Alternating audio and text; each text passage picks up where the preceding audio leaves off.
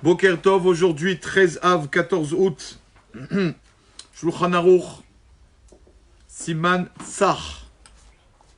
Ça veut dire le Siman du Shulchan Aruch, c'est-à-dire le chapitre dans le Shulchan Aruch, Orach Chaim. Tsar. Tsar veut dire pur. Qu'est-ce que le Shulchan Aruch a choisi pour écrire? Quel sujet a-t-il choisi pour écrire dans le chapitre Tsar, qui veut dire pur? La kavana de la tefila, la concentration dans la prière. La personne qui vient et se présente pour parler à Kadosh Baruch Hu, il faut réfléchir à ce qu'il dit, ce qu'il sort de sa bouche. Et penser que Kadosh Baruch Hu est en face de lui. Et essayer de se séparer de toutes les pensées qui peuvent le perturber pendant la tefila. Et la personne doit penser que s'il parlait devant un roi de chair et de sang, il aurait préparé ses paroles. Il aurait fait attention à ne pas dire un mot déplacé. À plus forte raison devant le roi des rois, Kadosh Baruch Hu, qui lui voit non seulement nos lèvres, mais aussi nos pensées. Et comme ça faisaient les chassidim, les rabbanim, avant de faire la tefila, ils s'isolaient un peu dans le calme pour, justement, épargner toutes les mauvaises pensées et pouvoir se concentrer pendant la tefila. Et une personne, ça nous arrive à tous, quand une mauvaise pensée arrive au milieu de la Hamida, d'un coup on se rappelle, oh, j'ai rendez-vous avec telle personne, et j'ai oublié, je peux pas, ou quoi. Alors on s'arrête de prier, on enlève cette pensée de la tête, on dit, bon ça va, j'y penserai après la Hamida, et on continue la prière. On peut s'arrêter pour épargner cette pensée. Et quand une personne pense à des choses qui lui amènent la crainte de Dieu, alors il n'aura pas de mauvaise pensée. C'est pour ça que c'est bien de prier devant une fenêtre. Dans une maradie, c'est bien de prier dans une maison, dans une synagogue où il y a des fenêtres. Pourquoi? Les fenêtres, on voit Kadosh Baruch Hu, on regarde vers le ciel, alors ça réveille notre pensée vers Kadosh Baruch Hu. Et comme amène le Rav ici au nom du Zohar, Belo Sivte Mirma, chaque mot qu'une personne sort de sa bouche, elle monte devant Kadosh Baruch Hu, chaque mot. Ce mot monte, et traverse plusieurs cieux pour arriver devant le trône céleste. Mais quand ce mot-là a été dit avec une pensée qui ne va pas avec le mot, donc c'était une pensée complètement... Il pensait à autre chose quand il a dit ce mot. Alors ce mot, les anges le font redescendre. Et amènent sur ce mot Ruach des mauvaises ondes, on va dire, des mauvaises choses qui viennent sur la personne. Donc ça dépend de nous aussi, notre comment faire notre tefila. Il a dit le Rambam, toute prière qui est sans kavana, sans concentration, ce n'est pas une prière. Si une personne, pendant la prière, est en train de penser qu'aujourd'hui, au travail, je vais faire ça et ça, je vais gagner ce contrat, alors dit le Rambam, on n'a pas été acquitté de la tefila. Simplement. Ça veut dire, c'est difficile à dire, prononcer ça, mais on peut être à la synagogue des journées entières. C'est vrai, notre corps. Mais ne pas avoir fait la tefila. On peut être là-bas, oui, on se lève et tout, midra, vite. Mais, chazvé shalom, ne pas avoir fait. La personne va dire, tu étais à la synagogue? Oui, j'étais. Hé, ta tête, elle était où? Comme une histoire avec le Rav qui a vu son élève finir la Hamida au Shalom. Au Shalom, il a fini la Hamida. Et le Rav, il lui a dit, Bechavod, monte à la Torah. Il a dit, pourquoi, Rabbi? Je suis déjà monté la semaine dernière. Monte, tu dois faire le Gomel. Le Gomel, le Rabbi, non, j'ai pas voyagé, je suis pas parti en vacances. Il a dit, j'ai vu ta tête pendant la Hamida. Tu es parti là, tu es parti là, tu es parti là. Après, tu as voyagé là-bas. Tu as beaucoup voyagé pendant la Hamida. Viens faire le Gomel, viens. Comme ça, il lui a dit son Rav. Donc, c'est un travail de tous les jours. La Gemara dit, on a besoin de résoudre, de se renforcer de ça tous les jours. Parce que malheureusement, chazvé shalom, après, ça devient une routine. Quand on vient de parler devant Kadosh Baruch Hu, on doit essayer d'épargner les mauvaises pensées pour pouvoir penser aux paroles qu'on dit. Au moins la Hamida. Si on commence la Hamida, déjà on a tout gagné. Avant de commencer Adonai Sefatet, Yiftach Hashem, ouvre mes lèvres, la personne doit se dire, voilà, on a le mérite de pouvoir parler devant le roi des rois, en live, en direct, devant lui. Comment je dois parler? Fiyagit teilatecha.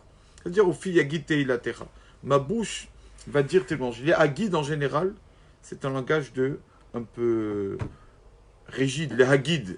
L'Omar, c'est calmement Omer, mais la hagid, c'est dur. Ou fiyagid. Et dit le Rav Zion Abba Shaul que ma bouche puisse te parler à Hachem. Comment? Moi, je mérite ma bouche là qui a fait tant de mal, ou je ne sais pas ce qu'elle a dit, elle va parler devant toi. Yagid, il m'est difficile de te parler à Kadosh Baruch Hu, mais je le fais quand même pour te louanger. Donc, c'est des choses qu'on a besoin de renforcer tous les jours. Aujourd'hui, 13 Av, la Eloula d'un le Rav Megalé Amoukot, il s'appelle ce Rav, c'est au nom de son livre. Megalé Amoukot, ça veut dire qu'il dévoile les mystères. Donc déjà, le nom de son livre veut tout dire. Il s'appelle Rabbi Nathan Netar Shapira. C'était un Rav qui était à Cracovie, en Pologne. Ce Rav-là, il est décédé cette semaine. C'est le 13 av, toujours sa tombe, la paracha devait être Hanan. Paracha qu'on va dire ce Shabbat. Sur cette paracha, le Rav, dans son livre Mégalia Amukot, a donné 252 explications sur la paracha. Ranav Ofanim. 252 explications sur la paracha va être Hanan. Décédé va être Hanan. Bon, ça veut dire... il a eu le Gilou, Eliyahu on l'a vu, s'est dévoilé à lui plusieurs fois. Le Rav écrit dans son livre, j'ai entendu d'Eliyahu ça et ça, Eliyahu m'a dit ça et ça. D'accord? Comme ça on rapporte. Moi j'ai pas vu écrit, comme ça on rapporte. Dans plusieurs livres, on dit, le Rav Galamukot écrit, Eliyahu on l'a vu, m'a dit ça et ça. Quand on va voir la tombe de ce Rav Galamukot, dans un livre sur la Pologne, que j'ai vu ça, quand on va voir sa tombe, à côté de sa tombe, là-bas à Cracovie, c'est marqué là-bas, il y a la tombe de quelqu'un, Matsevet, Yagid Alavrero. C'est une tombe, le nom de la personne, anonyme, masqué. On ne sait pas qui c'est. Il y a marqué Yagid Alavrero. Son voisin témoignera sur lui. C'est quoi cette tombe-là, à côté du Mégalamukot? Parce que d'être enterré à côté d'un tzaddik, ça mérite. Qui c'est? Okay, la tombe de son ami témoignera sur lui. En fait, il y a une histoire derrière cette tombe. C'est une personne, un vrai, une personne jeune, de quarantaine d'années, qui est venue voir le gardien du cimetière. C'est celui qui s'occupait des tombes, les financements, tout ça. C'est lui qui s'occupait pour le cimetière, acheter des tombes, etc. Et ce jeune Avrer là est venu voir le gardien du cimetière. Il voit qu'à côté du tombeau du Mégalam ou du Tzaddik, à côté il y a une place vide. Il dit attends, d'être enterré à côté du Tzaddik, c'est un grand mérite. Il y a dans la Lacha, il faut voir, il ne faut pas être enterré à côté de n'importe qui. Ça a beaucoup d'influence quand une personne est à côté et dit c'est faire chassidim quand on est enterré à côté d'une personne, un impie, alors on ne peut pas percevoir les secrets, notre neshama de la Torah. On ne peut pas percevoir le secret de la neshama parce qu'il y a à côté de nous une personne qui n'est pas apte à écouter ces secrets de la Torah. Même à côté de qui être enterré, ça aussi il faut faire attention. Et donc, il achète la place. Il dit au gardien, écoute, il y a une place à côté du tzaddik. Je te paye. Non, je crois que tu achètes comme ça. Là, il faut y aller. Il n'y a pas de problème. Le prix que tu fixes, je vais être en côté du Rav. Il était sûr. Et le gabaï, le gardien du cimetière, il n'était pas trop... Il a dit, bon, prends l'argent, j'encaisse. Bientôt, je pars à la retraite. Je prends une grosse somme. Après, qui va savoir? Il n'a pas de famille, ce jeune-là, je ne le connais même pas. Il n'a pas de famille, d'enfants ou pas. Je prends l'argent, après, je l'enterre où je veux. Pas grave, je prends l'argent. Et donc, il fait comme ça. Il prend l'argent et il ne veut pas lui dire la vraie, je ne veux pas te dire mon nom. Voilà. Le jour arrivé, tu m'enterres là. Il n'y a pas de problème. Et le gardien du cimetière a dit, ah, merci à Kadosh Baruch Hu, aujourd'hui, il m'envoie une parnassa, un gagne-pain de folie, une belle liasse de billets. Il prend le liasse, il fait le contrat. L'après-midi, cette personne meurt. L'après-midi.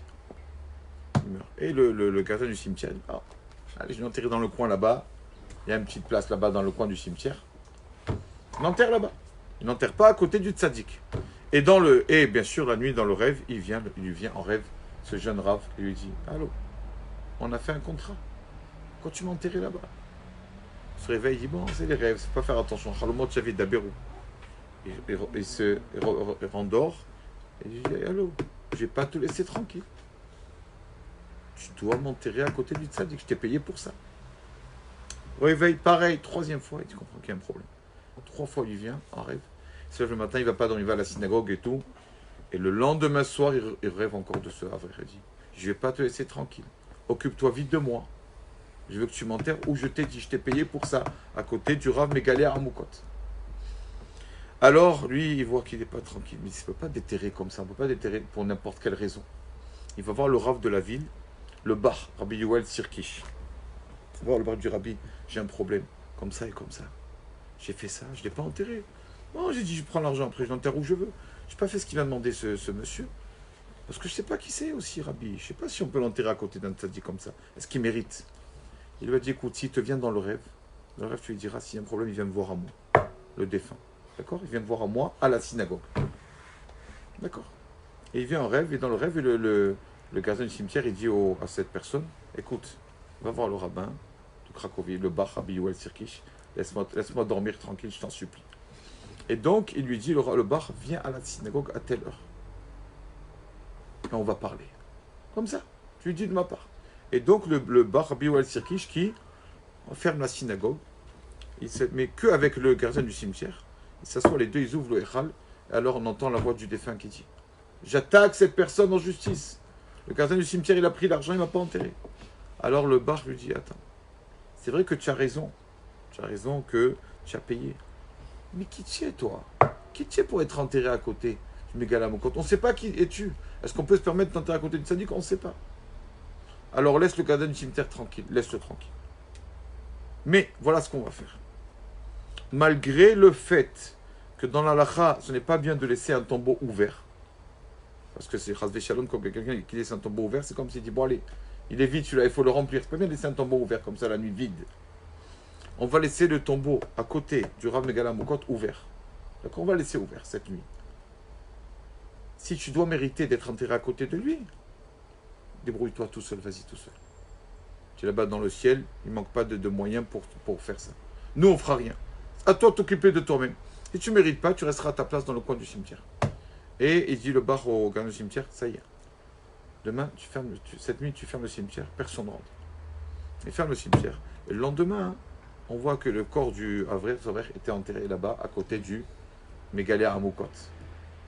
C'est un tzaddik alors. C'est un tzaddik. C'est que sur son tombeau, à côté de ce Rav, du Amoukot, il y a marqué là-bas jusqu'à maintenant. Matsevet Yagid Alavreo. Le tombeau de celui que son prochain témoignera sur lui. En fait, c'est le Mégalé Amoukot qui a témoigné. S'il est enterré à côté de lui, c'est que vraiment, c'est que c'est un tzaddik. Mégalé Amoukot, ce Rav-là, c'était le Rav de Cracovie. Et un jour, le Rav Shapira, donc Mégalé Amoukot, il fait une lettre démissionne. Il appelle son président, le président de la ville. Il dit, je démissionne, je m'en vais de la ville. Je lui dis, ne commence pas à essayer de me convaincre de rester, je m'en vais. Voilà. Tu peux me proposer d'où? Je m'en vais.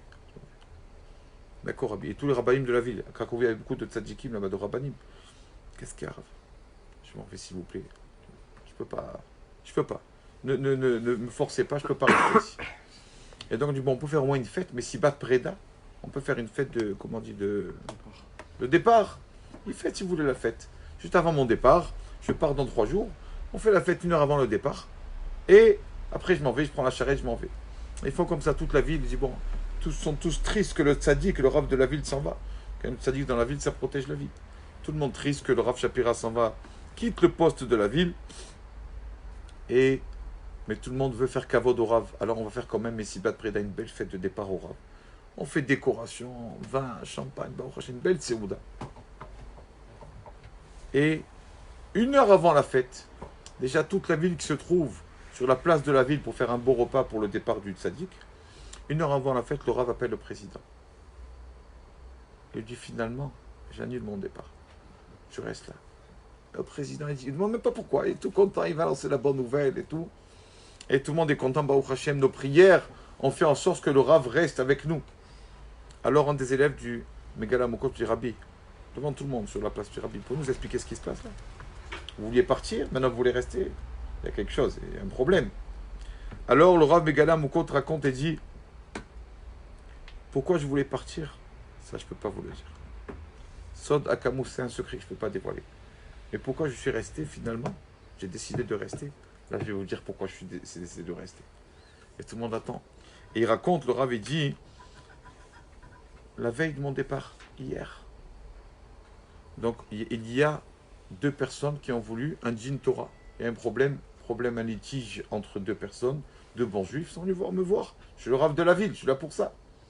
Je leur ai dit ça, je dois partir, je m'en vais demain et tout. Rabbi, on veut vous voir avant de partir. C'est un litige, un problème. Il y a beaucoup en jeu et on veut, Rabbi, venir. On veut, bon, il dit, bon, ça va, le dernier dans cette ville, le dernier djinn Torah, le dernier litige. On sait qu'on a un problème financier. On doit d'abord aller voir, essayer d'avoir un djinn Torah, d'avoir des dayanim qui fixent leur loi d'après la Torah. Donc, ça va, je vous accepte, venez. Il raconte Megalamokot, il dit, voilà le djinn Torah que j'ai, voilà le litige que j'ai eu entre 2 bons juifs. Rabbi Yaakov et Rabbi Moshe, vous les connaissez tous. Voilà. Rabbi Yaakov, c'est Baruch Hashem, la personne la plus riche de la ville. Et Rabbi Moshe, vous le connaissez. Celui Mocher Karakim, celui qui vend les cakes, les gâteaux, le matin, avec sa charrette, il passe dans la ville. Des cakes, il vend ça et c'est ça pendant ça. Qu'est-ce qu'il y a? Les deux, c'est des bonnes personnes. Qu'est-ce qu'il y a le problème financier? Il y a des embrouilles encore, les rabbins, l'argent, qu'est-ce qui se passe? Il dit non, voilà ce qui s'est passé, il leur dit le Rav. Il leur dit, un matin, il y a Rabbi Moshe qui passe avec ses cakes tout chauds. Et Rabbi Yaakov, le riche, qui l'entend, passe avec sa charrette, il interpelle, il dit, dis-moi Rabbi Moshe, toi, tu es un bon juif, je dis oui. Qu'est-ce que tu veux faire dans ta vie? Dis-moi, je rêve d'étudier la Torah, du matin au soir. C'est la meilleure des mitzvot.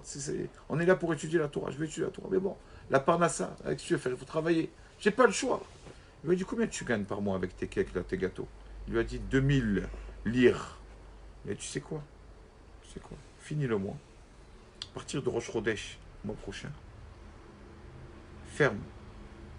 L'affaire, tu la fermes, ça y est. Liquide l'affaire. Va étudier la Torah du matin au soir. Moi, je te paye pas 2000, je te paye 7000. Plus que le triple.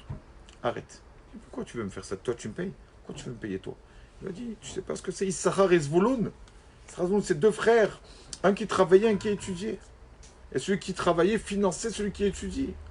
Et après 120 ans, ils ont eu les deux la récompense de l'étude. Ils sont partagés.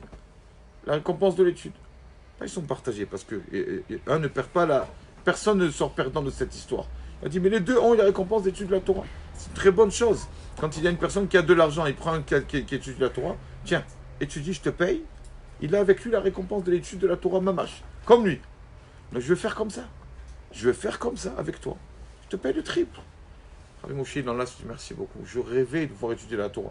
J'attendais qu'Hachem me donne cette occasion de pouvoir mériter du matin au soir d'être mon livre de Torah. C'est le Gan Eden, c'est le paradis. L'étude de la Torah. Et donc, ils ont fixé comme ça. Jusqu'à maintenant, tout va bien. Et donc, Rosh Chodesh, le mois d'après, Rabbi Yaakov chez lui à la maison tranquille, il entend Rabbi Moshe avec sa charrette. Des cakes, je vends des cakes, Rosh Chodesh, acheter double. Rosh Chodesh, il faut ajouter un plat, acheter. Qu'est-ce qu'il fait celui-là? On a fixé un truc. Donc il descend, il va le voir, dis-moi, Rabbi Moshe. Non, ça y est, j'arrête, merci. Quoi, tu arrêtes? Merci, je veux pas. Pourquoi tu veux pas? Je veux pas. Ah, mais on a fait un contrat, tu es obligé maintenant. Tu arrêtes de travailler, je te paye 7000. Non, je ne veux pas recevoir les 7000 de toi. Et donc, ils arrivent du Galamokol, ils arrivent chez moi, Jin Torah. Ils viennent devant moi. Les deux. Et Rabbi Yaakov qui dit au Rav Megalamokot, Rabbi, on a convenu que je le paye 7000 et qu'il étudie. Et maintenant, c'est... Et Rabbi Moshe dit, non, Rabbi, excusez-moi, j'arrête. Alors Rabbi Yaakov dit, vous savez quoi, Rabbi? J'ajoute encore 3000, allez, ça va. Alors Rabbi Moshe dit, non, mais si tu ajoutes double, j'arrête. Je dis, mais pourquoi? Pourquoi tu arrêtes? Tu as essayé quelques jours, ça s'est bien passé, tu as étudié 2 ou 3 jours. Il dit, oui. Et j'arrête. Je dis, pourquoi? Il lui a dit, Rabbi, je vais vous expliquer pourquoi je ne veux pas ce contrat. Je rêve d'étudier la Torah toute la journée. C'est mon rêve. Mais quoi? Sachez, Rabbi, que quand à la maison, on faisait les cakes, je me levais à Chatzot Laïla, à minuit, venu pour pleurer pour le Beth Amikdash, pour le temple. Après, je réveillais mes filles vers 4 h du matin. Non, pardon, j'ai étudié toute la nuit.